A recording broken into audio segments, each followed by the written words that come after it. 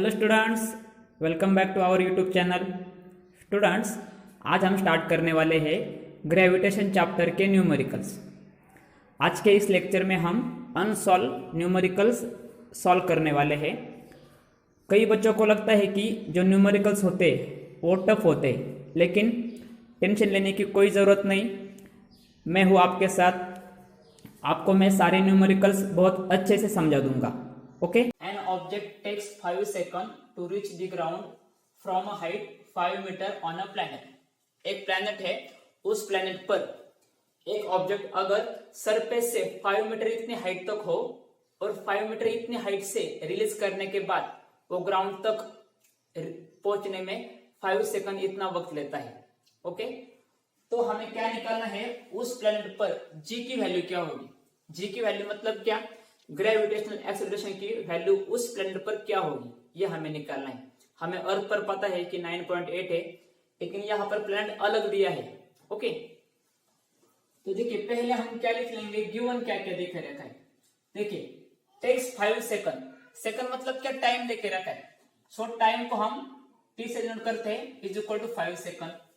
अब देखिए object 5 metre इतनी हाइट से रिलीज करने के बाद वो नीचे चला आएगा, मतलब उसकी डिस्प्लेसमेंट होगी। कितनी डिस्प्लेसमेंट होगी, जितनी ऑब्जेक्ट की हाइट है ग्राउंड सरफेस से उतनी ही इसकी डिस्प्लेसमेंट होगी। सो डिस्प्लेसमेंट को हम यस से डिनोट करते हैं, इज इक्वल टू 5 मीटर। और हमें क्या निकालना है, हमें जी की वैल्यू निकालनी है। उस प्लैनेट पर हमें जी की वैल्यू निकालनी है। ओके, तो अब देखिए हमारे पास कौन कौन से फॉर्मूले हैं। ओके, यह देखिए हमारे पास फॉर्मूला है जी का, जी निकालने का capital G capital M upon are square. Okay, ये एक फॉर्मूला हमारे पास है। दूसरा फॉर्मूला, अब ये फॉर्मूला हम यूज कर सकते हैं क्या इस प्रॉब्लम को सॉल्व करने के लिए? नहीं कर सकते। क्यों? क्योंकि जी की वैल्यू निकालने के लिए हमें मास पता होना चाहिए उस प्लैनेट का, और उस प्लैनेट की रेडियस पता होनी चाहिए। तो यहाँ पर तो हमें रेडियस और मास पता नहीं है। सो दूसरा फॉर्मूला देखिए कौन सा है, S is equal to 1/2 GT square. Okay, ये फॉर्मूला हमें पता है।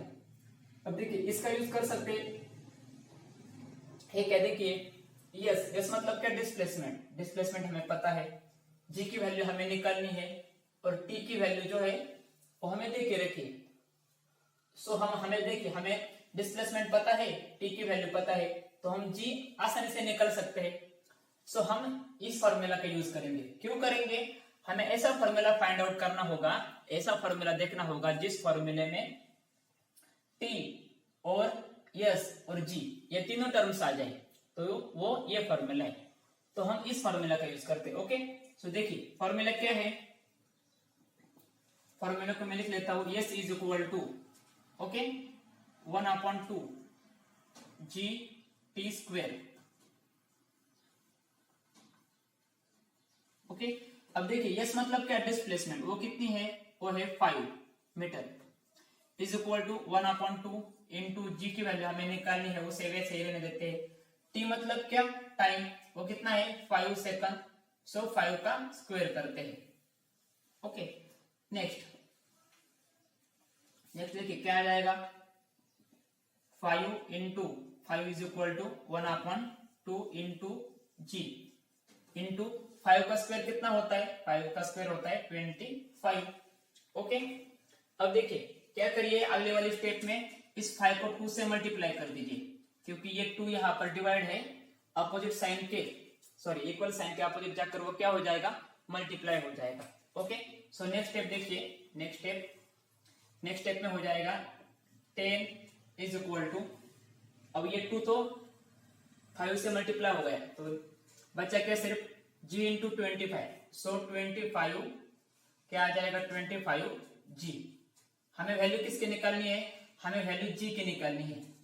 Okay, so g is equal to, अब देखिए g की वैल्यू निकालनी है तो 25 g का कोई पेशेंट है, वो इक्वल साइन के अपोजिट में जाकर 10 से 10 को डिवाइड हो जाएगा। सो 10/25।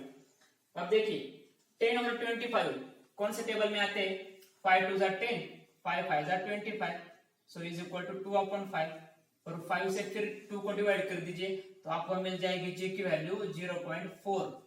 अब पता है जी मतलब क्या, ग्रेविटेशनल एक्सेलरेशन, और एक्सेलरेशन का यूनिट क्या होता है, मीटर पर सेकंड स्क्वायर। सो मीटर पर सेकंड स्क्वायर, तो यही है जी की वैल्यू उस प्लेनेट पर। तो लास्ट में लिख देंगे the value of g on the planet is 0.4 meter पर second square. The radius of planet A is half the radius of planet B. दो प्लेनेट है, एक का नाम है ए प्लेनेट, एक का नाम है बी प्लेनेट। ओके, कहा गया है कि जो प्लेनेट ए है उसकी रेडियस कितनी है, देखिए is half the radius of planet B. Planet B की जितनी रेडियस है उससे हाफ प्लेनेट ए की रेडियस है। लेकिन अब हमें यह नहीं पता कि बी प्लेनेट की रेडियस कितनी है। तो मान लीजिए कि बी प्लेनेट की रेडियस है r.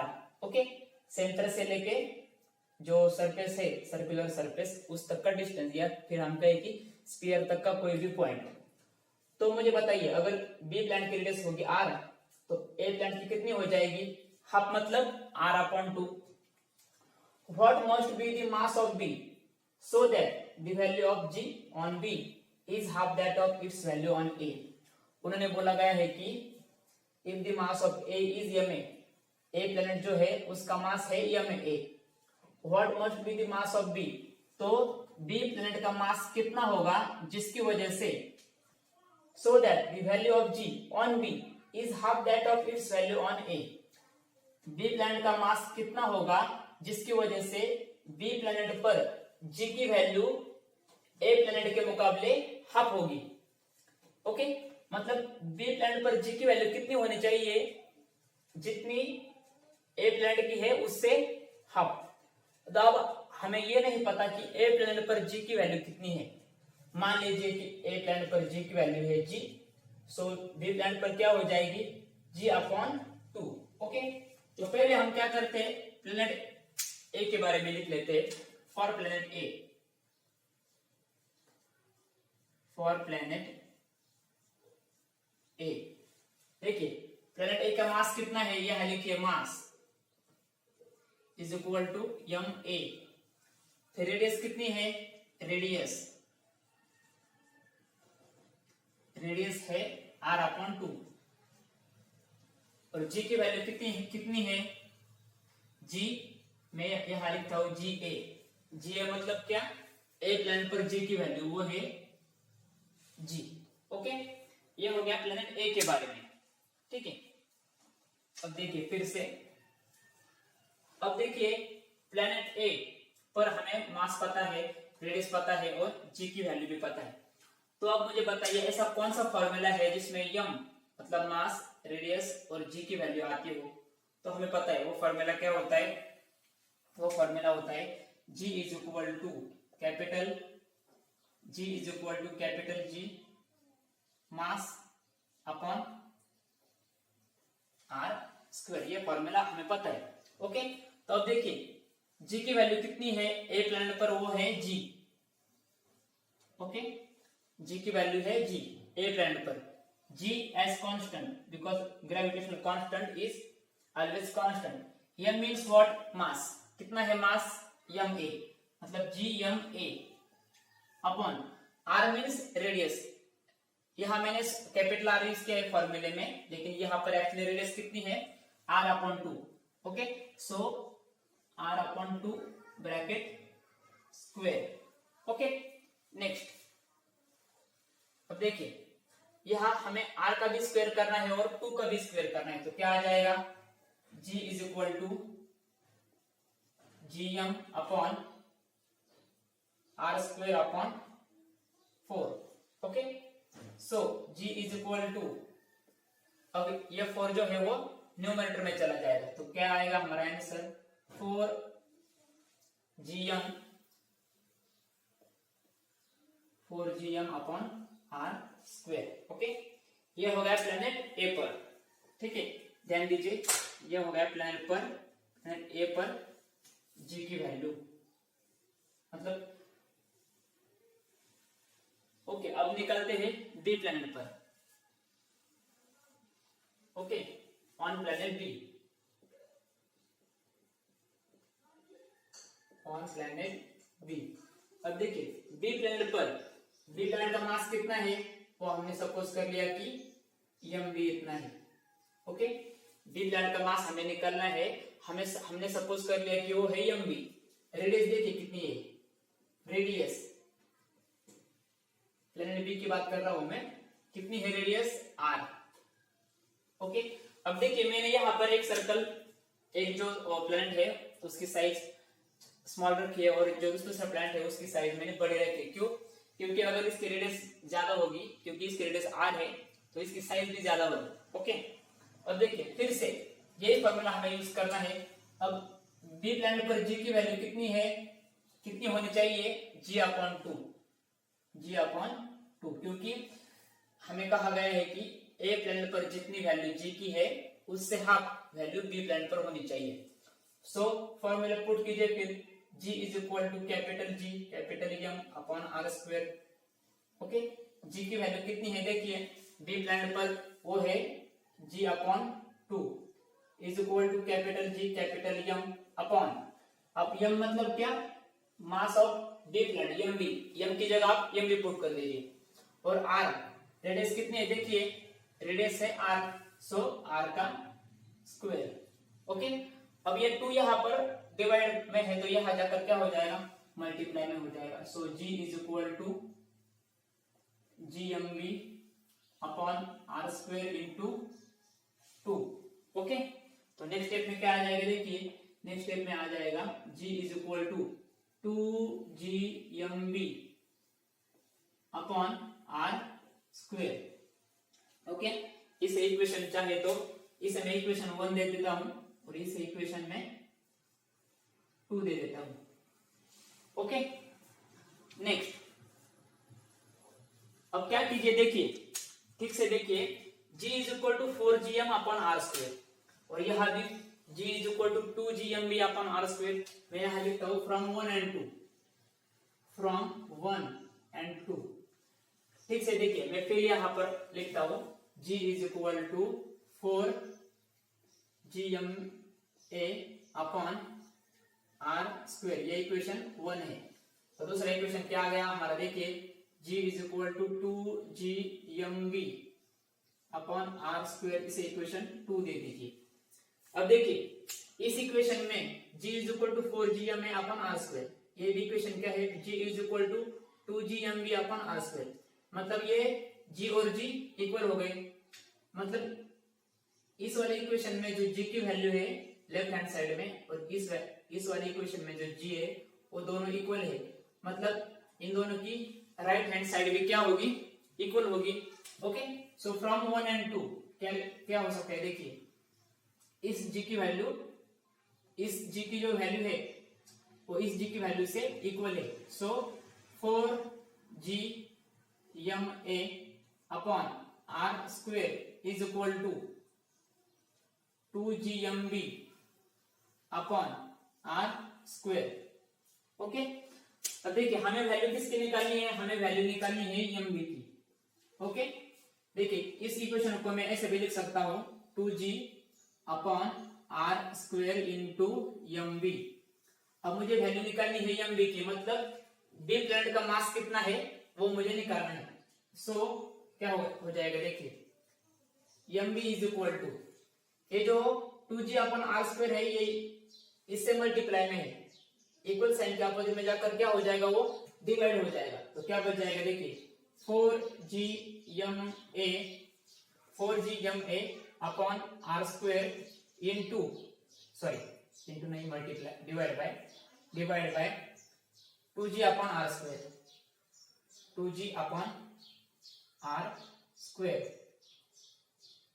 Okay, 2g upon r square. अब देखिए ये वाला एक फ्रैक्शन हो गया, ऊपर वाला एक फ्रैक्शन हो गया, नीचे वाला एक फ्रैक्शन हो गया। सो क्या हो जाएगा देखिए, ध्यान से सुनिए, r स्क्वायर कैंसिल हो जाएगा। ओके, 2 1 जा 2, 2 2 जा 4, g कैंसिल, तो क्या बच जाएगा देखिए, सिर्फ बच जाएगा mv is equal to 2ma, mv is equal to 2ma। मतलब क्या, बी प्लैनेट का मास कितना होगा, 2 times of planet A. A planet का जितना मास है उससे ट्वाइस मास बी प्लैनेट का होगा। Okay, so this is the final answer. The mass and weight of an object on earth are 5 kilogram and 49 newton respectively. एक object है, उसका अर्थ पर मास कितना है 5 किलोग्राम और उसका वेट कितना है 49 Newton. What will be there values on the moon. तो पूछा गया है कि उस ऑब्जेक्ट की या उस ऑब्जेक्ट का मास और वेट मून पर कितना होगा, क्योंकि हमें पता है अलग अलग प्लैनेट पर जी की वैल्यू अलग अलग होती है, तो मास तो वही रहेगा लेकिन जो वेट है वो चेंज होता चला जाता है place to place. Okay, assume that the acceleration due to gravity on the moon is 1/6 of that the earth।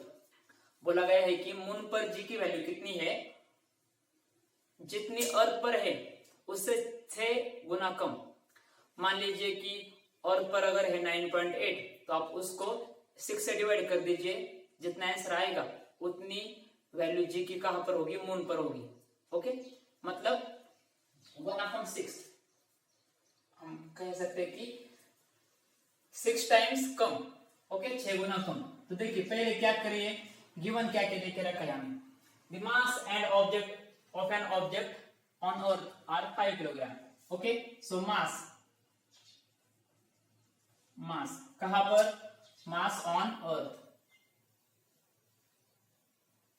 कितना है, mass on earth 5 kilogram.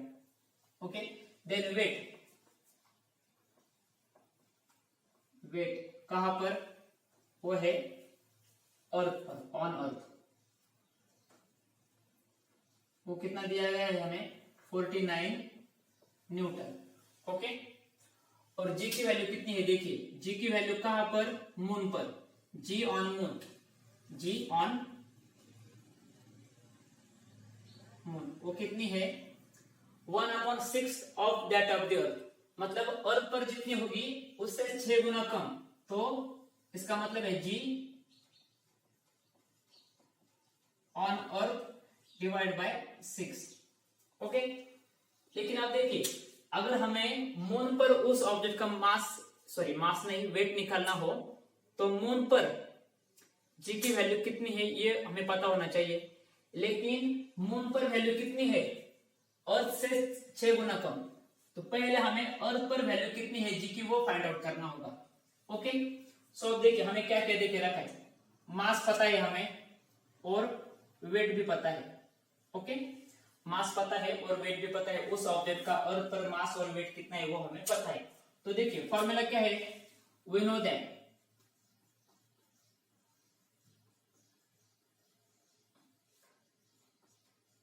weight is equal to mass into gravitational acceleration means W is equal to mg। अब देखिए उस object का wait कितना है अर्थ पर, वो है 49, सो 49, मास कितना है 5 किलोग्राम, जी की वैल्यू हमें पता नहीं वो हम निकाल सकते हैं। ओके, मतलब हमें पहले अर्थ पर कितनी वैल्यू है जी की वो हमें निकालना होगा। ओके, सो देखिए कितना आ जाएगा, जी 5 जो है जी को मल्टीप्लाई में है तो यहां आकर डिवाइड हो जाएगा, so g is equal to 49/5। Okay, divide कर दीजिए, फिर देखिए क्या आता है, डिवाइड करने के बाद आपका आंसर आ जाएगा जी इज इक्वल टू 9.8 समथिंग, 9.8, और यूनिट क्या होता है, यूनिट होता है मीटर पर सेकंड स्क्वायर। मतलब जी की वैल्यू अर्थ पर कितनी है, ओके, जी ऑन अर्थ, जी की वैल्यू ये कहां पर है, on earth.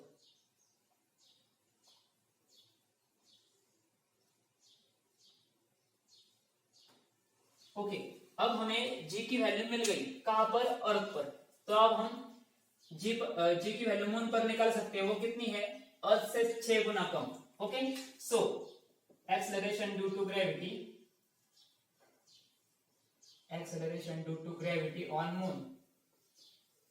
On moon is equal to g on earth, मतलब अर्थ पर वैल्यू कितनी है divide by 6, so that okay, तो हमें क्या मिल जाएगा, g on moon, sorry g की वैल्यू कितनी होगी, देखिए मून पर अर्थ से 6 गुना कम। अर्थ पर कितनी है 9.8, अर्थ पर है 9.8 डिवाइड बाय 6। आप इसको डिवाइड कर दीजिए। अगर देखिए इस 6 को मैं 6.0 ऐसे भी लिख सकता हूँ, 99.8 अपॉन 6.0 ऐसे भी राइट कर सकता हूँ। ओके, अब क्या कीजिए, डिनोमिनेटर को शिफ्ट कीजिए फ्रॉम राइट टू लेफ्ट। सो क्या आ जाएगा, देखिए 98 डिवाइड बाय 60। सो हमारा आंसर आ जाएगा 1.634 समथिंग। ओके, सर हो ये हो गई मीटर पर सेकंड स्क्वायर। कहां पर, जी ऑन मून, मतलब मून पर जी की वैल्यू कितनी होगी 1.634 मीटर पर सेकंड स्क्वायर। अब देखिए हमें जी की वैल्यू मिल गई, कहां पर, मून पर मिल गई। ओके, अब जी की वैल्यू मिलने के बाद हम ये फॉर्मूला पुटअप करके मून पर ऑब्जेक्ट का वेट निकाल सकते हैं। मास निकालने की जरूरत नहीं है, मास उतना ही होगा क्योंकि मास जो है वो हर जगह कांस्टेंट ही रहता है, मास कभी बदलता नहीं। Okay, so weight on moon कितना होगा, देखिए उस ऑब्जेक्ट का वेट मून पर कितना होगा, वही फॉर्मूला यूज करेंगे, W is equal to m into G. Okay, so W is equal to, हमें वेट निकालना है ना, मास कितना है, mass 5 kilogram. Okay, mass 5 kilogram, मतलब उस ऑब्जेक्ट का मून पर मास 5 किलोग्राम ही होगा, मास कभी बदलता नहीं। लेकिन जी की वैल्यू बदलती है, तो देखिए जी की वैल्यू कितनी है, मून पर कितनी है 1.634। ओके, तो मल्टीप्लाई कीजिए, क्या आ जाएगा, देखिए 85 मतलब आ जाएगा 8.170 न्यूटन। ओके, 8.170 न्यूटन मतलब 8.170 न्यूटन, इतना वेट आ जाएगा उस ऑब्जेक्ट का। कहां पर, मून पर। मून पर उस ऑब्जेक्ट का वेट कितना होगा 8.170 न्यूटन, और मास कितना होगा, मास होगा 5 किलोग्राम। ओके, क्योंकि मास कभी चेंज होता नहीं। An object thrown vertically upwards reaches a height of 500 metre. एक ऑब्जेक्ट है, उसे अगर ग्राउंड सरफेस से अपवर्ड डायरेक्शन में थ्रो किया जाए ऊपर की ओर, तो वो ऑब्जेक्ट 500 मीटर इतने हाइट रीच कर लेता है, और 500 मीटर हाइट पर जाने के बाद उसकी वेलोसिटी आपको पता है क्या हो जाएगी, 0 हो जाएगी, और वो फिर नीचे चला आएगा। What was it's initial velocity, हमें ये फाइंड आउट करना है कि जब ऑब्जेक्ट को अपवर्ड डायरेक्शन में थ्रो किया जाए तो 500 मीटर इतनी हाइट तक तो वो जाता है, लेकिन उसकी इनिशियल वेलोसिटी क्या होती है जिसकी वजह से वो 500 मीटर इतनी हाइट रीच कर लेता है। मतलब थ्रो करने के एग्जैक्ट तुरंत बाद उसकी वेलोसिटी कितनी होती है। ओके, थ्रो करते समय उस ऑब्जेक्ट में कितनी वेलोसिटी आ जाती है जिसकी वजह से वो 500 मीटर इतनी हाइट तक ऊपर चला जाता है, तो वो हाइट क्या, वो वेलोसिटी क्या होगी, उसे हम कहते हैं इनिशियल वेलोसिटी। मतलब ऑब्जेक्ट थ्रो करते वक्त उसमें जो वेलोसिटी आ गई उसे हम कहेंगे इनिशियल वेलोसिटी।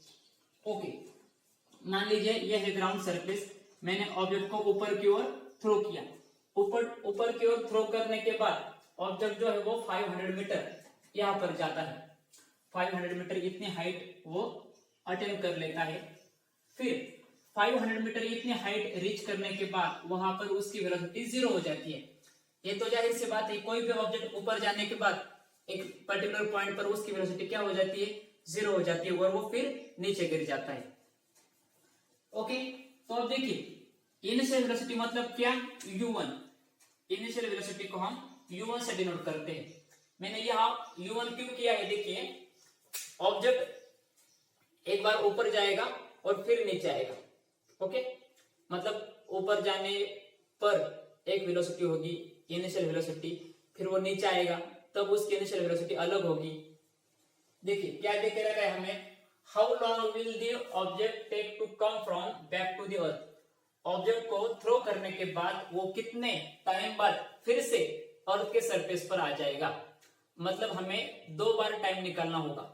एक बार जब ऑब्जेक्ट 500 मीटर इतनी हाइट तक जाता है और फिर से नीचे आता है, मतलब जाने का टाइम और आने का टाइम, इन दोनों को हम ऐड करके हमें पता चल सकता है कि ऑब्जेक्ट कितनी देर बाद सरफेस पर आ जाएगा। ओके, तो देखिए जब मैंने ऑब्जेक्ट को थ्रो किया तो उसकी इनिशियल वेलोसिटी थी u1 जो हमें फाइंड आउट करनी है। g का मतलब क्या? अब देखिए ऑब्जेक्ट अगर ऊपर जा रहा है, हमें पता है कि अगर कोई ऑब्जेक्ट ऊपर जा रहा हो तो उसकी वेलोसिटी कम होती चली जाती है। क्यों? क्योंकि डिस्प्लेसमेंट ऊपर की डायरेक्शन में हो रही है और जो फोर्स है वो उसे डाउनवर्ड डायरेक्शन में अट्रैक्ट कर रहा है। मतलब क्या कि फोर्स और डिस्प्लेसमेंट अगर अपोजिट हो तो g की वैल्यू हम कैसे लेते हैं? माइनस लेते हैं 10 मीटर पर सेकंड, माइनस 10 मीटर पर सेकंड। ओके, यहां पर हमें देखे रखा है g is equal to 10 metre पर सेकंड, लेकिन वो हमें डिसाइड करना है कि प्लस कब लेनी है और माइनस कब लेनी है। ओके, डिस्प्लेसमेंट देखिए कितनी हो गई, मतलब ऑब्जेक्ट जब ग्राउंड सरफेस से 500 मीटर इतनी हाइट तक जाता है तो उसकी डिस्प्लेसमेंट कितनी होती है? तो उसकी डिस्प्लेसमेंट उतनी ही होगी जितनी वो हाइट रीच कर लेता है। तो डिस्प्लेसमेंट कितनी हुई? 500 metre. Okay, so s1 is equal to 500 metre. अब देखिए v1 मतलब क्या? Final velocity. 500 metre height reach करने के बाद उस ऑब्जेक्ट की वेलोसिटी कितनी होगी? तो वो 0 होगी। ओके, अब 0 वेलोसिटी होने के बाद ऑब्जेक्ट क्या हो जाएगा? नीचे मूव होना स्टार्ट हो जाएगा, मतलब वो अर्थ की सरफेस की तरफ डिस्प्लेस होना स्टार्ट हो जाएगा। अब देखिए जब ऑब्जेक्ट की वेलोसिटी 0 हो जाती है, पहली केस कौन सी? ग्राउंड सरफेस से 500 मीटर तक जाना, पहली केस। दूसरी केस क्या? 500 मीटर इतने हाइट पर है, वहां से नीचे आ जाना। तो 500 मीटर इतने हाइट तक है, इस वक्त उसकी वेलोसिटी कितनी है? 0। Okay, so u2 is initial velocity in second case, वो कितनी होगी? 0। अब देखिए यहां पर 0 है, नीचे आते वक्त क्या हो जाएगी? वेलोसिटी इंक्रीज हो जाएगी। ओके, वेलोसिटी इंक्रीज हो जाती है और जब ऑब्जेक्ट नीचे आ रहा होगा तो उसकी डिस्प्लेसमेंट कितनी होगी? उतनी होगी जितने हाइट से वो नीचे आ रहा है, 500 मीटर। ओके, अब डिस्प्लेसमेंट जो है वो तो माइनस नहीं लेंगे हम। Okay, then T2। अब T2 मतलब क्या? नीचे आते समय उसे कितना टाइम लगता है, नीचे आने के लिए वो कितना टाइम लेगा, वो हमें निकालना है। तो अब देखिए पहले हमें क्या करना होगा कि जब ऑब्जेक्ट ग्राउंड सरफेस से 500 मीटर इतनी हाइट तक जाता है तो उस वक्त वो कितना टाइम लेता है, मतलब 500 मीटर इतनी हाइट रीच करने के लिए उस ऑब्जेक्ट को कितना टाइम लगता है, वो हमें निकालना है। हम कैसे निकाल सकते हैं? देखिए हमारे पास क्या क्या है? हमारे पास फाइनल वेलोसिटी है, डिस्प्लेसमेंट है और g की वैल्यू है। According to Newton's first kinematical equation v is equal to gt, v is equal to gt। ये हम कब यूज करते हैं? देखिए v इज इक्वल टू, या फिर हम कह सकते हैं v is equal to u plus gt। Okay, ये है न्यूटन का फर्स्ट काइनेमेटिकल इक्वेशन। अब देखिए यहाँ पर हमें t हम फाइंड आउट तभी कर सकते हैं जब हमें g की वैल्यू पता हो, u की वैल्यू पता हो, v की वैल्यू पता हो। अब हमें v की वैल्यू पता है, g की भी पता है, लेकिन u की वैल्यू पता नहीं। तो पहले हम क्या करेंगे? u की वैल्यू निकालेंगे, मतलब इनिशियल वेलोसिटी निकालेंगे। तो देखिए case 1, when object thrown vertically upwards, u1 is equal to, हमें पता नहीं, v1 is equal to 0 meter पर second. Okay, v1 means final velocity of the object. g is equal to, g मतलब मैं अब g1 लेता हूं। ओके, इस वाले केस में g1 is equal to minus 10 metre पर सेकंड। माइनस क्यों? ऑब्जेक्ट की डिस्प्लेसमेंट और जो अप्लाई फोर्स है उनकी डायरेक्शन अपोजिट है। फोर्स डाउनवर्ड डायरेक्शन से लग रहा होता है जब कोई ऑब्जेक्ट अपवर्ड डायरेक्शन में डिस्प्लेस हो रहा होता है। ऑब्जेक्ट अपवर्ड डायरेक्शन में जा रहा है और फोर्स डाउनवर्ड डायरेक्शन में, तब हम g की वैल्यू नेगेटिव लेते हैं। क्यों?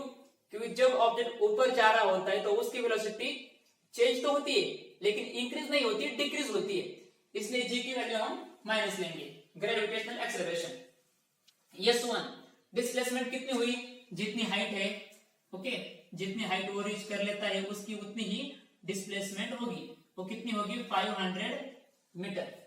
तो अब इन चारों टर्म्स को हम किसी ऐसे फॉर्मूले में डालेंगे जिस फॉर्मूले में ये चारों टर्म्स आती हो। तो देखिए कौन सा है वो formula, according to Newton's third kinematical equation, v square is equal to u square plus 2as, so v1 square is equal to u1 square plus 2, एक ही जगह हम पुट करेंगे g, क्योंकि a मतलब एक्सेलरेशन, g मतलब gravitational acceleration, g1 into s, okay, या फिर into लिखने की कोई जरूरत नहीं है, g1 s।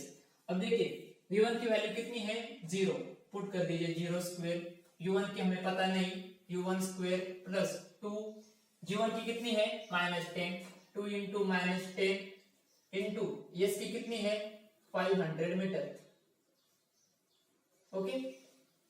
0 का स्क्वायर कितना आ जाएगा 0 is equal to u1 square as it is plus 2 into -10 -20, -20 into 500 -10,000, so 0 का स्क्वायर आ गया 0 एज इट इज, u1 का square as it is plus minus क्या हो जाएगा माइनस 10,000। अब इस u1 स्क्वायर को, या फिर हम ये कह सकते हैं कि इस -10,000 को आप इस वाले यहां पर लाइए, क्या हो जाएगा वो 0 में ऐड हो जाएगा, मतलब प्लस हो जाएगा, सो क्या बच जाएगा हमारे पास u1 square is equal to 10,000, okay. अब देखिए हमें u1 की वैल्यू निकालनी है ना कि u1 स्क्वायर की, so take square root both side, तो क्या हो जाएगा देखिए u1 is equal to 100 metre पर सेकंड, ओके, 100 मीटर पर सेकंड, मतलब ये आ गई initial velocity when object thrown vertically upward direction, okay. अब देखिए हमें वेलोसिटी मिल गई, मतलब जब ऑब्जेक्ट को हमने अपवर्ड डायरेक्शन में थ्रो किया ग्राउंड सरफेस से, तो उसकी इनिशियल वेलोसिटी थी 100 मीटर पर सेकंड, लेकिन 500 मीटर इतनी हाइट रीच करने के लिए उसे कितना वक्त लगा, कितना टाइम लगा, तो वो कैसे निकालेंगे हम, v is equal to u plus at, okay, at, so v1 is equal to u1 plus g1 t1, okay, t1। अब इसमें वैल्यू पुट कर दीजिए, v1 की वैल्यू कितनी है 0 इज इक्वल टू u1 की कितनी आ गई 100 प्लस g1 की कितनी है -10 into t1, -10 into t1, okay, so 0 is equal to 100 -10 into t1, देखिए प्लस एज इट इज रहेगा, और -10 इंटू t1 -10 t1 माइनस, अब ये प्लस माइनस क्या हो जाएंगे माइनस हो जाएंगे, 0 is equal to 100 minus 10 t1 मतलब क्या, पहले केस में कितना टाइम लगा जब हाइट 500 मीटर हाइट रीच करने के लिए, अब क्या कीजिए -10 t1 को इस पार लाइए, सो क्या हो जाएंगे 0 में ऐड हो जाएंगे, सो 10 t1 इज इक्वल टू 100, हमें वैल्यू निकालनी है t1 की, 10 यहाँ पर मल्टीप्लाई में इधर जाकर क्या हो जाएगा डिवाइड हो जाएगा, so t1 is equal to 100 upon 10, so t1 is equal to 10 second, okay, 10 second. मतलब जब ऑब्जेक्ट को वर्टिकली थ्रो किया जाए और वो ऑब्जेक्ट 500 मीटर इतनी हाइट रीच कर लेता है, 500 मीटर इतनी हाइट तक जाने के लिए उसे कितना वक्त लगा 10 सेकंड। अब हमें ये आसानी से पता चल सकता है कि जाने के लिए 10 सेकंड, तो आने के लिए भी 10 सेकंड ही लगेंगे, मतलब ऑब्जेक्ट को अगर थ्रो किया जाए तो 20 सेकंड बाद, मतलब ऊपर जाने के लिए 10 सेकंड, फिर नीचे आने के लिए 10 सेकंड, तो टोटल टाइम कितना होगा 20 सेकंड। लेकिन आपको ये प्रूफ करना पड़ेगा, ऐसे हमें तो पता चल गया कि 20 सेकंड लगेंगे, लेकिन हमें वो प्रूफ करना पड़ेगा, ओके। सो केस सेकंड देखिए, केस सेकंड क्या हो गया, case second when object comes down,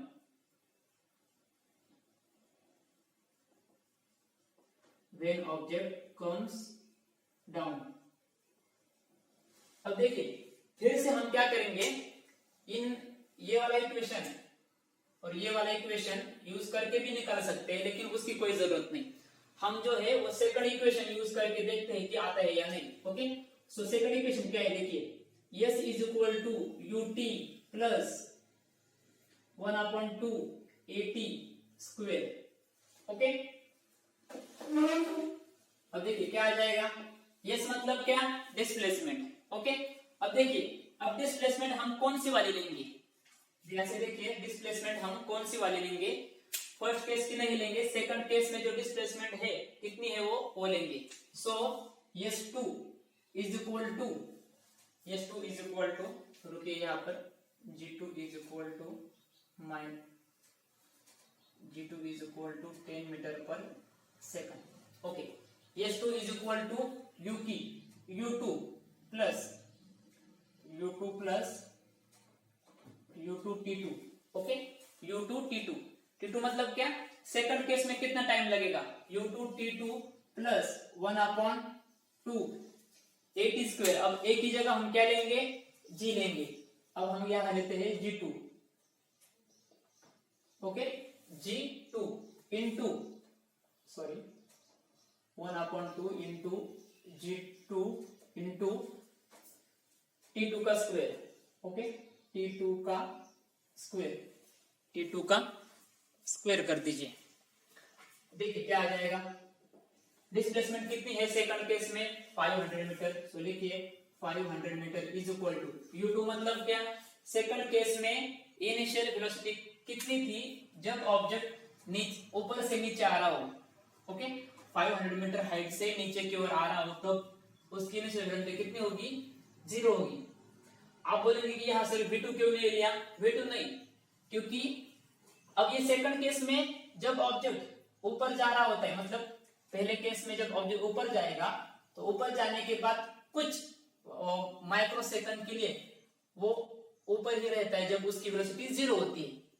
तब हम ये कहेंगे कि ऑब्जेक्ट ऊपर से नीचे आ रहा है, तो ऊपर कितनी होगी, वेलोसिटी 0 होगी, और उसे हम कहेंगे इनिशियल वेलोसिटी। और जब वो नीचे चला आएगा तो वेलोसिटी इंक्रीज होगी, तो मतलब फाइनल वेलोसिटी अलग हो जाएगी। ओके, इसलिए u2 की कितनी है वो हमें 0 प्लस इंटू t2 हमें नहीं पता, plus 1/2 as it is g2 की वैल्यू कितनी है 10। अब यह 10 क्यों ली, देखिए फोर्स लग रहा है डाउनवर्ड डायरेक्शन में, ऑब्जेक्ट भी डाउनवर्ड डायरेक्शन में ही आ रहा है, और नीचे आते समय ऑब्जेक्ट की वेलोसिटी इंक्रीज होती चली जाती है, तो एक्सेलरेशन भी कौन सा होगा, पॉजिटिव होगा। इसलिए g2 की वैल्यू अब लेंगे 10, और t2 का स्क्वायर, t2 हमें नहीं पता, सो t2 की जगह वैसे ही रहने दीजिए t2 square. Okay, 500 as it is, 0 into t2 0 plus 1/2 into 10 into t2 square. Okay, so अब देखिए 0 प्लस क्या हो जाएंगे, 500 is equal to 1/2 as it is into 10 t2 square. 10 को t2 से मल्टीप्लाई कर दीजिए। ओके, अब चाहे तो आप ऐसा भी कर सकते हैं कि 500 को 2 से मल्टीप्लाई कर दीजिए, या फिर इस 2 से इस 10 को डिवाइड कर दीजिए, एज योर चॉइस। ओके, मैं क्या करता हूं, मैं यहां पर ऐसे लिखता हूं 10 इंटू t2 स्क्वायर। ओके, 2 1 1, 2 5 10।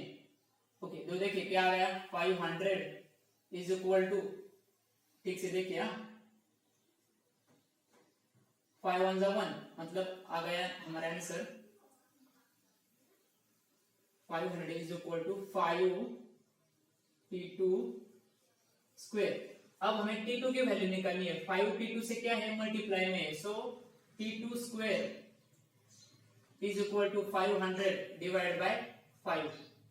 यहां पर मल्टीप्लाई में है ना, इक्वल साइन का अपोजिट में जाकर क्या हो जाएगा, डिवाइड हो जाएगा। So t2 square is equal to 500 को 5 से डिवाइड कर दीजिए, कितना आ जाएगा, देखिए 100। क्या आ जाएगा, 100। देखिए ये t2 स्क्वायर की वैल्यू है, हमें t2 मतलब सेकंड केस में कितना टाइम लगा वो निकालना है। So take square root both side. Okay, यहाँ पर आप लिख लीजिए take square root both side. So t2 is equal to फिर से 10 का स्क्वायर रूट क्या होता है 10, सॉरी 100 का स्क्वायर रूट क्या होता है 10, सो 10 मीटर पर सेकंड। मतलब सेकंड केस में जब ऑब्जेक्ट ऊपर से नीचे आ रहा हो तो नीचे आने के लिए उसे कितना वक्त लगेगा 10 metre.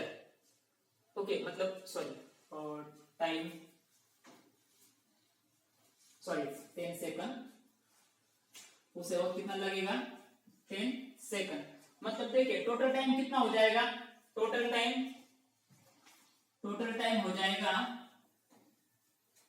Time is equal to t1 plus t2 is equal to 10 plus 10 is equal to 20 second. मतलब जब ऑब्जेक्ट नीचे आएगा तो उसे वक्त कितना लगेगा 20 सेकंड। ओके नेक्स्ट और problem, a ball falls off a table and reaches the ground in 1 second। एक बॉल है टेबल पर, वो बॉल टेबल से नीचे गिर जाता है। A ball falls off a table and reaches the ground in 1 second। अब देखिए सरफेस पर एक टेबल है, उस टेबल के ऊपर एक बॉल है और वो बॉल नीचे गिर जाता है और सरफेस पर आ जाता है। कितने सेकंड में 1 सेकंड में। 1 सेकंड में वो नीचे गिर के आ जाता है, टेबल से गिर के नीचे चला आता है। Assume g is equal to 10 metre पर सेकंड। मतलब g की वैल्यू जो है वो हमें 10 मीटर पर सेकंड स्क्वायर इतनी अज्यूम करनी है, ये बताया गया है। Calculate its speed on reaching the ground and the height of the table. अब देखिए हमें यह कहा गया है कि जब वो नीचे गिरेगा मतलब just before striking the surface, तो उसकी फाइनल वेलोसिटी कितनी होगी, बॉल की फाइनल वेलोसिटी कितनी होगी, ये हमें पूछा गया है। अब देखिए जब बॉल टेबल पर होगा और गिरने के बाद मतलब जब बॉल नीचे गिरेगा तो उसकी इनिशियल वेलोसिटी कितनी होगी, वो होगी 0 मीटर पर सेकंड। कितनी होगी 0 मीटर पर सेकंड। ओके अब हमें क्या बोला गया है कि जब ये बॉल डाउनवर्ड डायरेक्शन में गिरेगा तो नीचे जाने के बाद उसकी वेलोसिटी कितनी होगी। मान लीजिए कि ये ग्राउंड सरफेस है, ओके। अब देखिए ग्राउंड पे आने के बाद तो उसकी वेलोसिटी फिर से 0 हो जाएगी, लेकिन हमें उसका वैसा मीनिंग नहीं लेना है। मान लीजिए बॉल यहाँ पर टेबल से नीचे गिरा और यहाँ just before striking the surface, उस वक्त उसकी वेलोसिटी ज्यादा होगी, क्योंकि जब बॉल डाउनवर्ड डायरेक्शन में मूव होना स्टार्ट हो जाएगा, मतलब जैसे जैसे वो ग्राउंड के सरफेस की तरफ अट्रैक्ट होना स्टार्ट हो जाएगा या फिर डिस्प्लेस होगा, तो उसकी वेलोसिटी क्या होने वाली है, बढ़ने वाली है, ओके, इंक्रीज होने वाली है। सो हमें निकालना है v is equal to what, okay. दूसरी बात ground and the height of the table, और हमें यह भी पता करना है कि इस टेबल की हाइट कितनी है, ओके। तो अब देखिए इस टेबल की हाइट उतनी ही होगी, देखिए ये बॉल जो है वो टेबल से नीचे गिरा, हमने अगर ये फाइंड आउट कर लिया कि टेबल से नीचे गिरने के बाद उसने कितनी हाइट तक नीचे गिर जाता है, या फिर हम कहें कि वो कितना डिस्टेंस ट्रेवल कर लेता है जब टेबल के सरफेस से वो ग्राउंड के सरफेस तक आ जाता है, ओके। तो वही होगी उसकी डिस्प्लेसमेंट, ओके। सो मतलब अगर हमने टेबल की हाइट निकाल ली तो हमें डिस्प्लेसमेंट पता चल जाएगी, okay. So s is equal to what. तो अब देखिए हमें क्या निकालना है, हमें पहले उन्होंने कहा है कि calculate its speed on reaching the ground surface. Ground surface को टच करने से एग्जैक्ट पहले उसकी वेलोसिटी कितनी थी, ओके। तो हमें v फाइंड आउट करना है। देखिए अब हमारे पास u की वैल्यू है 0 मीटर पर सेकंड, क्योंकि बॉल ठीक गिरने से पहले या गिरने के तुरंत बाद उसकी वेलोसिटी कितनी होगी 0। डिस्प्लेसमेंट हमें निकालनी है, वो बाद में हम निकालेंगे, और हमें निकालना है फाइनल वेलोसिटी 0, ओके। दूसरी चीज g की वैल्यू देखिए कितनी है, g की वैल्यू है 10 मीटर पर सेकंड, 10 मीटर पर सेकंड स्क्वायर। अब ये मैंने प्लस क्यों ली, वो बात ध्यान में रखिए। बॉल नीचे गिर रहा है और उस पर जो फोर्स अप्लाई हो रहा है अर्थ का, वो भी डाउनवर्ड डायरेक्शन में ही हो रहा है, मतलब बॉल की डिस्प्लेसमेंट और अप्लाइड फोर्स दोनों की डायरेक्शन सेम है, और बॉल नीचे आते समय उसकी वेलोसिटी चेंज होने वाली है, लेकिन इंक्रीज होगी या डिक्रीज होगी, वो इंक्रीज होने वाली है। इसलिए मैंने जी की वैल्यू जो है वो +10 मीटर पर सेकंड स्क्वायर ली। तो अब देखिए, अब ये जो चारों टर्म्स है, या फिर हमें निकालना क्या है v, तो कैसे निकाल सकते हैं? देखिए v is equal to u plus a t, a की जगह हम g पुट करेंगे, ए की जगह हम g पुट करेंगे, तो हमें u की वैल्यू पता है कितनी है, 0 मीटर पर सेकंड। ओके, देन हमें टाइम भी पता है, देखिए टाइम कितना है 1 सेकंड, सो यहां मैं लिखता हूं टाइम 1 सेकंड। मतलब हमें टाइम पता है, g की वैल्यू पता है, u की वैल्यू भी पता है, और सिर्फ v निकालना है। सो लिख लीजिए v is equal to u plus g t. Okay, u plus g t, Newton का फर्स्ट काइनेमेटिकल इक्वेशन हम यूज करेंगे। v की वैल्यू हमें नहीं पता, वो हमें फाइंड आउट करनी है। v is equal to u की कितनी है 0, u मतलब initial velocity of the ball, g is equal to 10 plus 10 into t, t हमें निकालना है, सॉरी t की वैल्यू भी दे के रखिए 1 second. So v is equal to 0 plus 10 into 1, 10 into 1 10, मतलब देखिए 10 मीटर पर सेकंड इतनी वेलोसिटी होगी बॉल की जब बॉल सरफेस को टच करेगा या फिर सरफेस पर आ जाएगा। ओके, ये होगी उस बॉल की फाइनल वेलोसिटी। अब हमें वेलोसिटी मिल गई, अब हमें क्या निकालना है, हाइट ऑफ द टेबल। देखिए बॉल की जितने डिस्प्लेसमेंट होगी ना, उतनी ही उस टेबल की हाइट होगी। मतलब अगर टेबल के सरफेस से ग्राउंड के सरफेस तक बॉल आ जाएगा, ओके, मतलब अगर हमने टेबल की हाइट निकाल दी, हाइट अगर हमें पता चल गई, या फिर हम कहें कि जो बॉल की डिस्प्लेसमेंट कितनी हुई उतनी ही उस टेबल की हाइट होगी। फिर से सुनिए, बॉल की डिस्प्लेसमेंट कितनी हुई टेबल का सरफेस से लेकर ग्राउंड के सरफेस तक आने तक, बॉल की डिस्प्लेसमेंट कितनी हुई, या फिर हम कहेंगे कि बॉल ने कितनी डिस्टेंस ट्रेवल कर ली, वो अगर हमें पता चल गया तो हमें पता चल जाएगा कि टेबल की हाइट कितनी है, क्योंकि डिस्प्लेसमेंट जितनी होगी ना उतनी ही टेबल की हाइट होगी। तो डिस्प्लेसमेंट मतलब क्या, यस फाइंड आउट करना है हमें। ओके, यस फाइंड आउट करना है। तो देखिए इस वाले इक्वेशन में कौन कौन से इक्वेशन में यस आता है, देखिए इसमें आता है। ओके, ये भी हम यूज कर सकते हैं या फिर ये भी हम यूज कर सकते हैं। तो ठीक है, मैं तीसरा वाला यूज करता हूं, v square is equal to, okay यहां पर लिखिए displacement is equal to height of the table. Okay, जितनी टेबल की हाइट होगी उतनी ही डिस्प्लेसमेंट हो चुकी होगी उस बॉल की, या फिर हमने डिस्प्लेसमेंट निकालनी। तो देखिए हम क्या यूज करेंगे, v square is equal to u square plus 2gs। Okay, ये वाला यूज करेंगे। v की वैल्यू कितनी आ गई 10 का स्क्वायर, u की वैल्यू कितनी है 0, सो 0 का स्क्वायर प्लस 2, g की वैल्यू कितनी है 10, डिस्प्लेसमेंट हमें निकालनी है। ओके, यस, ये 5 नहीं है, यस है। ओके, 10 का स्क्वायर कितना हुआ, 10 का स्क्वायर हुआ 100 इज इक्वल टू 0 का स्क्वायर 0 प्लस 2 इंटू 10 20, और 20 को अगर यस से मल्टीप्लाई कर देंगे तो क्या हो जाएगा 20 यस। अब देखिए 0 plus 20 s, so 100 is equal to 20 s. तो हमें वैल्यू निकालनी है यस की। यस मतलब क्या, डिस्प्लेसमेंट। 20 यस से मल्टीप्लाई में है, इक्वल साइन के अपोजिट में जाकर डिवाइड हो जाएगा, सो 100 अपॉन 20, 0 0 कैंसिल।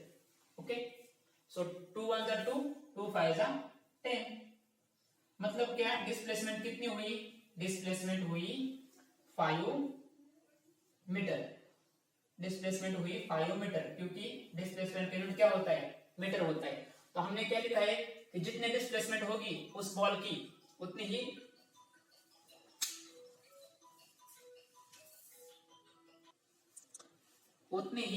उस टेबल की हाइट होने वाली। Okay, so height of the table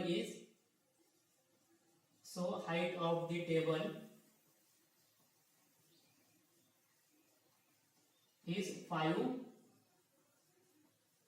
meter. Okay, take the fifth problem.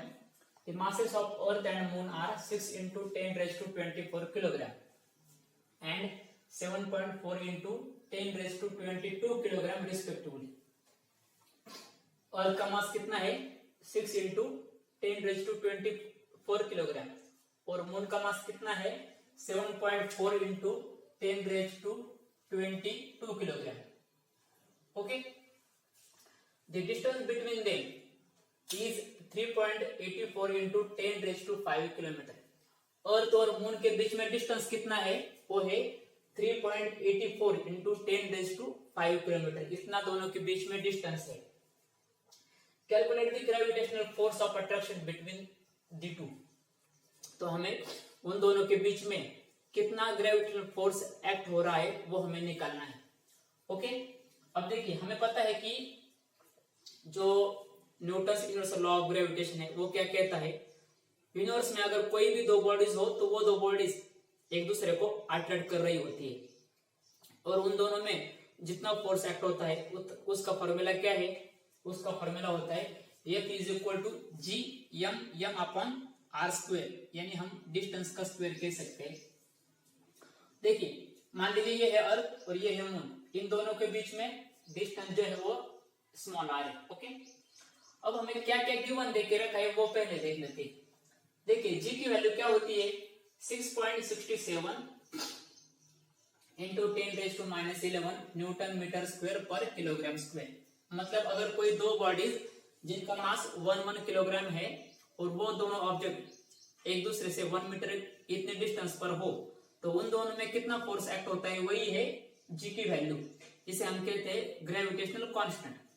Okay, then mass of the earth, earth का मास कितना है me मतलब mass of earth 6 into 10⁻24 kilogram. Then mass of the moon देखिए कितना है 7.4 into 10⁻22 kilogram. m मतलब mass of moon. Then the distance between them, उन दोनों के बीच में डिस्टेंस मैंने r से डिनोट किया है. सो r means distance between earth and moon वो कितना है 3.84 इंटू 10⁵ किलोमीटर. लेकिन देखिए जो SI यूनिट है डिस्टेंस का वो होता है मीटर. डिस्टेंस और डिस्प्लेसमेंट का SI यूनिट मीटर होता है, लेकिन यहाँ हमें डिस्टेंस जो है वो किलोमीटर में देखे रखा है. तो हमें किलोमीटर का कन्वर्जन मीटर में करना होगा. कैसे करेंगे, देखिए 1 kilometre is equal to 1000 metre. Okay, मतलब देखिए 1 के ऊपर कितने जीरो है 3 जीरो है ना. ओके, 1 के ऊपर 3 जीरो है तो सो 3 से हम पावर इंक्रीज करेंगे. सो इसे ऐसे लिखेंगे 3.84 इंटू 10⁻, पावर कितनी है 5. अब किलोमीटर का मीटर करना है सो पावर हमें 3 से बढ़ाएंगे और यहाँ पर लिखेंगे मीटर. ओके, अब फॉर्मूला कौन सा यूज करेंगे, हमें क्या निकालना है, हमें निकालना है force. Force is equal to what, इन दोनों के बीच में कितना ग्रेविटेशनल फोर्स होगा, ओके एक्ट होगा, वो हमें निकालना है. फॉर्मूला क्या है देखिए F is equal to g m मतलब कैपिटल एम मतलब हम क्या लेते हैं पहले ऑब्जेक्ट का मास और स्मॉल एम मतलब हम क्या लेते हैं दूसरे ऑब्जेक्ट का मास. लेकिन मैं यहाँ पर दोनों ही कैपिटल लेने वाला हूँ, कोई प्रॉब्लम नहीं आएगी. ओके, जी एम देखिए फॉर्मूला ये होता है standard formula g m upon are square. तो हम क्या करेंगे F is equal to g as it is constant. M मतलब पहले ऑब्जेक्ट का मास, पहला ऑब्जेक्ट कौन सा है हमारे यहाँ अर्थ, इस केस में अर्थ है m. Okay, second small m मतलब क्या सेकंड ऑब्जेक्ट का मास. सेकंड ऑब्जेक्ट कौन सा है हमारे पास moon.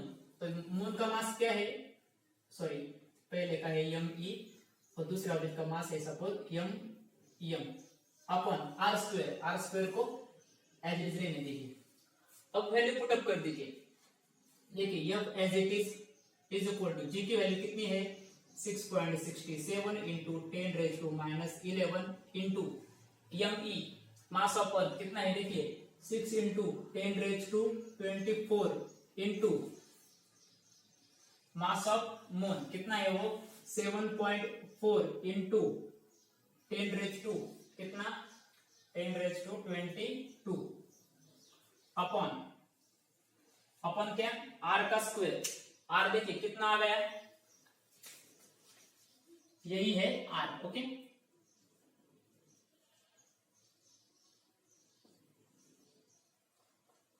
Okay f is equal to, so r की वैल्यू है 3.84 इंटू 10⁸ ब्रैकेट का स्क्वायर।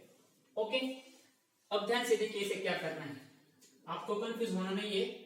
ओके, बहुत इजी है, कोई इतना मुश्किल नहीं है। क्या कीजिए, पहले 6.7, 6.67, फिर 6 और 7.4, इन दोनों को एक साइड में ले लीजिए। देखिए 6.67 इंटू 6 इंटू 7.4। ओके, और पावर को एक साइड में ले लीजिए, 10⁻⁻11 इंटू 10⁻24 इंटू 10⁻22 अपॉन, अब ध्यान से देखिए यहाँ पर 3.84 इंटू 10⁸ ब्रैकेट का क्या करना है, हमें स्क्वायर करना है। मतलब क्या कि 3.84 का भी स्क्वायर करना है और 10⁸ का भी स्क्वायर करना है। अब देखिए अगर मैं यह कहूं कि 2 का स्क्वायर, इसे मैं ऐसे लिख सकता हूं क्या, 2 इंटू 2, तो आप कहेंगे हाँ लिख सकता हूं। तो देखिए मैं क्या करूंगा, इस 3.84 का स्क्वायर करना है ना हमें, 3.84 को 2 बार लिखता हूं, 3.84 इंटू 3.84। ओके, और 10⁸ का भी स्क्वायर करना है, तो देखिए मैं उसे इस प्रकार लिखता हूं, 10⁸ ब्रैकेट का स्क्वायर। ओके, नीचे वाले स्टेप में चलिए। अब क्या कीजिए आप कि 6.67 और 7.4 का मल्टीप्लाई कर दीजिए। ओके, देखिए 6.67 और 7.4 का मल्टीप्लाई कर दीजिए, फिर उसके बाद इन दोनों को पहले मल्टीप्लाई कर दीजिए। देखिए इन दोनों का पहले मल्टीप्लिकेशन कर दीजिए, उसके बाद इन दोनों का मल्टीप्लिकेशन जो आएगा उससे आप 6 से मल्टीप्लाई कर दीजिए, आपका आंसर आ जाएगा 297.48। ओके, 297.48 अपन में क्या कीजिए, 3.84 इंटू 3.84 इनका मल्टीप्लाई कर दीजिए। ओके, तो वो आ जाएगा 14.74। ओके, इन दोनों का मल्टीप्लिकेशन आ जाएगा, फिर से इंटू। अब देखिए यहाँ पर एक इंटरेस्टिंग चीज है, देखिए यहाँ पर 10⁻⁻11, 10⁻24, 10⁻22। अब हमें इंडाइसेस के कुछ रूल्स पता होंगे। देखिए यहाँ पर बेस तो सेम है, 10 10 10, सिर्फ पावर क्या है, पावर डिफरेंट है। तो देखिए कौन सा रूल यूज करना होता है, या ध्यान से देखिए, आप रूल चाहे तो लिख सकते हैं, a⁻m into a⁻n is equal to a⁻, या फिर हम कहेंगे mn इंटू a⁻, मान लीजिए है q, तो क्या करेंगे हम, बेस सेम है तो इंडाइसेस की एडिशन कर देंगे, m plus n plus q। Okay, ये रूल मैं यह यूज करने वाला हूं। देखिए मतलब मैं क्या करूंगा, 10⁻⁻11 प्लस 24 प्लस 22, और नीचे में अब देखिए यहाँ पर 10⁸ ब्रैकेट स्क्वायर, मतलब ऐसा है वहां पर a⁻m ब्रैकेट n, क्या होता है a⁻mn, मतलब 8 इंटू 2 16, उन दोनों का मल्टीप्लाई कर दीजिए, 10⁻16। ओके, इसको आप ध्यान से देख लीजिए, मैं अब रब करने वाला हूं।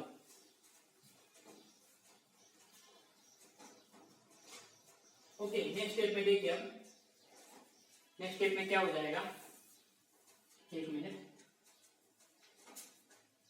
अब देखिए 297.48, इसको 14.74 से डिवाइड कर दीजिए। अगर आपको डिवाइड नहीं करना आता तो देखिए क्या करिए, ये जो डेसिमल है लेफ्ट टू राइट शिफ्ट कीजिए, मतलब हो जाएगा 29748.0। ओके, मतलब 2 डिजिट्स पॉइंट शिफ्ट कीजिए, डिवाइड बाय 14.74, इस डेसिमल को लेफ्ट से राइट में शिफ्ट कीजिए, मतलब वो हो जाएगा 1474.0। ओके, इनटू, अब देखिए 10⁻⁻11 प्लस 24 प्लस 22 कितने आ जाएंगे, देखिए -11 प्लस 22 22 13, वो आ जाएगा 10⁻90, कितना आ जाएगा 10⁻90। देखिए कैसे, 24 प्लस 22 22 दूने 44, सॉरी -11 प्लस 24, 11 दूने 22, 23 24, ये कितने 13 प्लस 22, ओके नो सॉरी 19 नहीं आएगा, -11 प्लस 24, 22 11 22, ओके वो आ जाएगा 10⁻33, ओके 10⁻33 आ जाएगा, 10⁻33 आ जाएगा। बाद में देखिए नीचे क्या है 10⁻16, ओके यहाँ पर कौन सा वाला रूल यूज करेंगे हम, a⁻m अपॉन a⁻n, ओके मतलब देखिए क्या हो जाएगा, इसमें आप कीजिए 1474 से इसको डिवाइड कर लीजिए तो क्या आ जाएगा देखिए, तो आपका आंसर कुछ आ जाएगा 20.40, ओके इजी है, कुछ मुश्किल नहीं है, 20.14 इंटू, अब देखिए यहाँ पर कीजिए a⁻m अपॉन a⁻n होता है a⁻m-n, मतलब अगर बेस सेम हो और अगर वो दोनों डिवाइडेशन में हो तो क्या हो जाता है, पावर की सब्ट्रैक्शन हो जाती है, तो 33 माइनस 16, ओके कितना आ जाएगा देखिए, तो मुझे लगता है कुछ यहाँ पर गलती हुई है, -11 प्लस 24, so 13 22 22 23 24, रुकिए एक मिनट, -11 प्लस 24,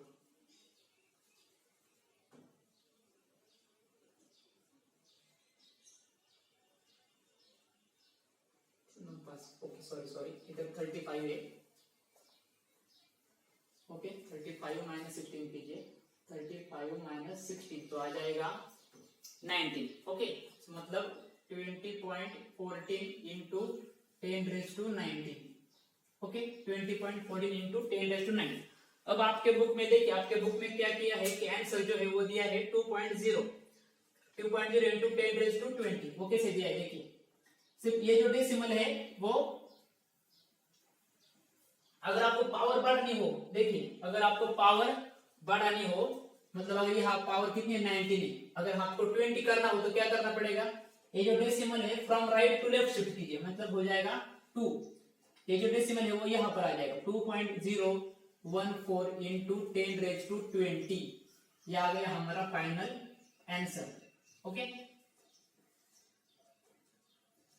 ये हमने क्या निकाला है, ये हमने निकाला है फोर्स, फोर्स का यूनिट क्या होता है, फोर्स का यूनिट होता है newton, okay so this is the final answer, मतलब क्या कि 2.014 इंटू 10⁻20 न्यूटन, इतना फोर्स ऑफ अट्रैक्शन इन दोनों के बीच में होगा, अर्थ और, okay last and final numerical, the mass of earth is 6 into 10⁻24 kilogram, earth का मास है 6 into 10⁻24 kilogram, the distance between earth and the sun is 1.5 into 10⁻11 meter, earth और सन के बीच में जो डिस्टेंस है वो कितना है 1.5 into 10⁻11 metre, if the gravitational force between the two is 3.5 into 10⁻22 Newton, मतलब सन और अर्थ के बीच में ग्रेविटेशनल फोर्स कितना है, मतलब कितना फोर्स ऑफ अट्रैक्शन है वो है 3.5 इंटू 10⁻22 न्यूटन, और क्या बोला है, use G is equal to 6.67 into 10⁻11 newton metre square kilogram raise to -2, G की वैल्यू मतलब ग्रेविटेशनल कांस्टेंट जो है उसकी जो वैल्यू है वो हमें ये यूज करनी है, ओके अब देखिए हमें यहां निकालना क्या है,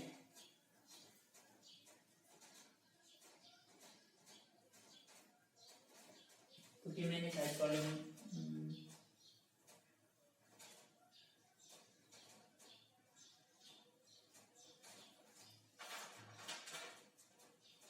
रुकिए एक minute,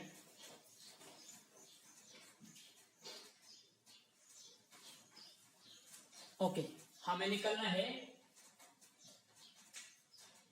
what is the mass of sun, okay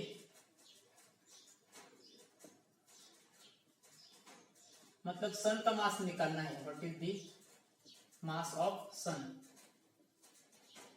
okay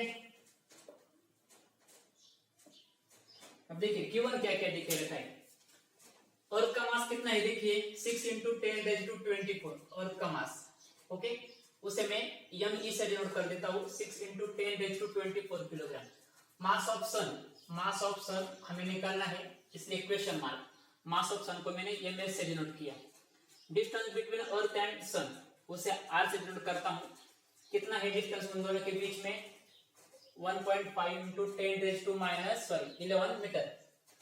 और जी की वैल्यू कितनी है? 6.67 इंटू 10⁻11 न्यूटन मीटर स्क्वायर पर किलोग्राम रेज टू -2। और सन और अर्थ के बीच में फोर्स कितना है? वो है 3.5 इंटू 10⁻22 न्यूटन। ओके, अब देखिए, मतलब दो ऑब्जेक्ट है, एक है अर्थ और एक है सन। इन दोनों का मास हमें देके रखा है, उन दोनों के बीच का डिस्टेंस भी हमें देके रखा है, जी की वैल्यू भी हमें देके रखी है, और यह फोर्स देके रखा है। सिर्फ सन का मास निकालना है। तो हम कौन सा फॉर्मूला यूज करेंगे? वही यूज करेंगे Newton's universal law of gravitation. वो क्या होता है? F is equal to g into पहले ऑब्जेक्ट का मास इंटू सेकंड ऑब्जेक्ट का मास अपॉन आर स्क्वायर, मतलब उन दोनों के बीच का डिस्टेंस। तो वैल्यू पुट अप कीजिए। फोर्स कितना है? देखिए हमारे पास फोर्स कितना है? ओके, मैं यहाँ लिखता हूँ। देखिए फोर्स कितना है? 3.5 into 10⁻22, 3.5 into 10⁻22 is equal to g की वैल्यू कितनी है? वो होती है 6.67 इंटू 10⁻11 इंटू एम ई मतलब क्या? मास ऑफ अर्थ। वो कितना है? 6 इंटू 10⁻24 इंटू एम एस मतलब mass of the sun. Okay, वो हमें पता नहीं तो उसे वैसे ही रहने दीजिए। अपॉन आर स्क्वायर, आर मतलब क्या? डिस्टेंस कितना है? 1.5 इंटू 10⁻11 का स्क्वायर। ओके, क्योंकि उसका आर का स्क्वायर है मतलब डिस्टेंस का स्क्वायर है, तो इसलिए मैंने स्क्वायर किया। अब देखिए 3.5 इंटू 10⁻22 को एज इट इज रहने दीजिए, और 6.67 और 6 का मल्टीप्लाई कर दीजिए। सो 6.67 इंटू 6 इंटू, और जो पावर है उसे एक साइड में दे दीजिए, 10⁻11 into 10⁻24 into m s upon. अब देखिए 1.5 इंटू 10⁻11 स्क्वायर मतलब क्या? 1.5 का भी स्क्वायर करना है और 10⁻11 जो है उसका भी स्क्वायर करना है। तो मैं क्या करता हूँ? 1.5 को दो बार लिखता हूँ, 1.5 इंटू 1.5 इंटू 10⁻11 ब्रैकेट का स्क्वायर। ओके, नेक्स्ट स्टेप में क्या कीजिए? 3.5 इंटू 10⁻22 को एज इट इज रहने दीजिए। 6.67 का मल्टीप्लीकेशन 6 से कर दीजिए। ओके, 6.67 का नहीं मल्टीप्लाई मत कीजिए, एक काम करते हैं हम। ओके, अब देखिए मैं इन दोनों के बारे में सोचता हूँ। ओके, अब मुझे बताइए 6.67 में मैं ये जो डेसिमल है उसको 2 digit left to right shift करता हूँ, तो देखिए क्या हो जाएगा? 667, और ये डेसिमल जो है वो 7 के आगे चला जाएगा, मतलब ऐसे। तो 667.0 उसे हम 667 ऐसे भी लिख सकते हैं। लेकिन जो नीचे उसका डिनोमिनेटर क्या है? 1.5, उसको भी हमें 2 डिजिट शिफ्ट करना होगा। सो 1.5 को देखिए इस प्रकार, सो 0.12 मतलब यहां पर आ जाएगा 150। ओके, यहां पर है ना पॉइंट, देखिए यहां पर है, तो दो डिजिट मतलब यहां पर था पहले 1 2, मतलब पॉइंट यहां आ जाएगा 150.0। तो 150.0 और न्यूमरेटर में क्या है? 667.0, तो उसको हम 667 अपॉन 150 भी राइट कर सकते हैं। ओके, इनटू इस 6 को इस 1.5 से डिवाइड कीजिए, 6 अपॉन 1.5 इनटू, अब देखिए 10⁻11 इंटू 10⁻24, यहाँ बेस सेम है। यहाँ पर कौन सा रूल फॉलो होगा? a⁻m into a⁻n is equal to a⁻m plus n। So 10⁻11 okay, 10⁻11 into 10⁻11 plus 24 upon 10⁻11 का स्क्वायर क्या हो जाएगा? देखिए यहाँ पर कौन सा रूल फॉलो होगा? a⁻m bracket n is equal to a⁻m into n। So 10⁻22 into ms को वैसे ही रहने दीजिए, ठीक है। M s as it is 10⁻22 as it is रहने दीजिए। 3.5 इंटू 10⁻22 इज इक्वल टू 150 से 667 को डिवाइड कर दीजिए, कितना आ जाएगा देखिए 150 4 जा 600, सो 4.44 आ जाएगा, इंटू 1.5 से 6 को डिवाइड कर दीजिए 4 आ जाएगा, और 10⁻−11 प्लस 24 ये आ जाएगा 10⁻13 upon 10⁻22 into m s. Okay, next step में क्या कीजिए कि 3.5 एज इट इज रहने दीजिए। 3.5 इंटू 10⁻22 इज इक्वल टू 4.44 को 4 से मल्टीप्लाई कर दीजिए, कितना आ जाएगा देखिए 4 4 जा 16, 44 4 16 मतलब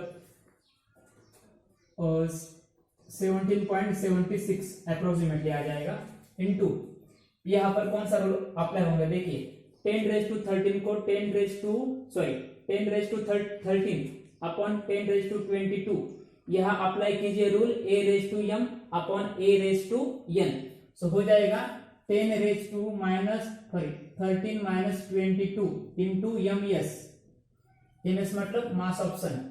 सो देखिए क्या आ जाएगा 3.5 into 10⁻22 is equal to 17.76 into 10⁻9 into m s. Okay, 13 - 22 -9। अब देखिए यहाँ हमें वैल्यू निकालनी है एमएस की, तो ये पूरी की पूरी टर्म क्या हो जाएगी, इससे डिवाइड हो जाएगी। So MS is equal to 3.5 into 10⁻22 upon 17.76 into 10⁻9। Okay, अब देखिए यहाँ क्या कीजिए एमएस इज इक्वल टू, अगर आपको 17.76 से 3.5 को डिवाइड करना नहीं आता तो क्या कीजिए, सिर्फ ये जो डेसिमल है उसे 2 डिजिट शिफ्ट कीजिए, मतलब अब देखिए क्या हो जाएगा 3.5 को अगर मैं ऐसा लिखूं तो चलेगा क्या, ओके चल सकता है, कोई प्रॉब्लम नहीं। अब इस डेसिमल को मैं शिफ्ट कर दूंगा 2 डिजिट लेफ्ट टू राइट, तो क्या हो जाएगा देखिए हो जाएगा 350। ओके, अपॉन यहां भी जो डिजिट है वो मैं 2 डिजिट शिफ्ट कर दूंगा, तो क्या हो जाएगा देखिए 1776। Okay, into 10⁻22। ओके, यहाँ देखिए 10⁻22 यहाँ पर है 10⁻9, तो यहाँ कौन सा रूल अप्लाई होगा a⁻m अपॉन a⁻n। सो 10⁻22 सॉरी यहाँ पर -9 है, सो प्लस -9। ओके, सो क्या हो जाएगा देखिए एमएस इज इक्वल टू 350 को 1776 से डिवाइड कर दीजिए, देखिए क्या आता है 350 1776 0.1।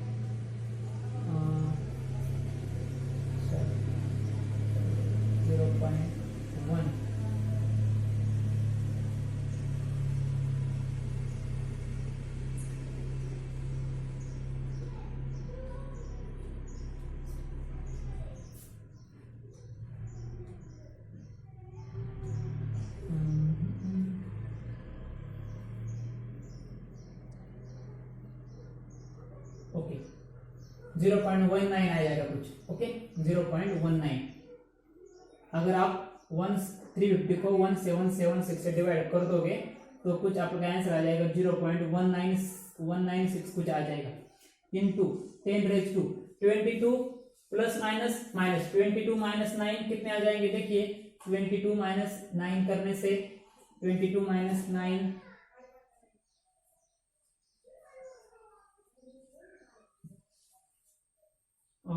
कुछ तो रह गया है 22 प्लस -9, अब हो जाएगा ये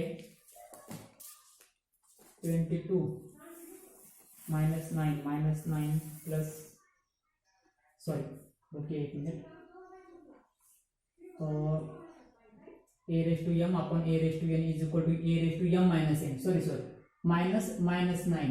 ओके, सो 22 माइनस 9 क्या आ जाएगा, देखिए यहाँ पर मैंने कौन सा रूल यूज किया है, a raise to m upon a raise to n is equal to a raise to m minus n। किस वाले स्टेप में, इस वाले स्टेप में। ओके, आंसर आ जाएगा 0.19 sorry ms is equal to 0.196 into 10 raise to 31। अब देखिए मास है तो मास कैसा होता है, किलोग्राम, मास होता है किलोग्राम। इसको आप ऐसे भी लिख सकते हैं ms is equal to 1.96 into 10 raise to 30 kilogram. Okay, चाहे तो आप यहीं पर आकर स्टॉप कर सकते हैं या फिर नीचे का भी आंसर लिख सकते हैं।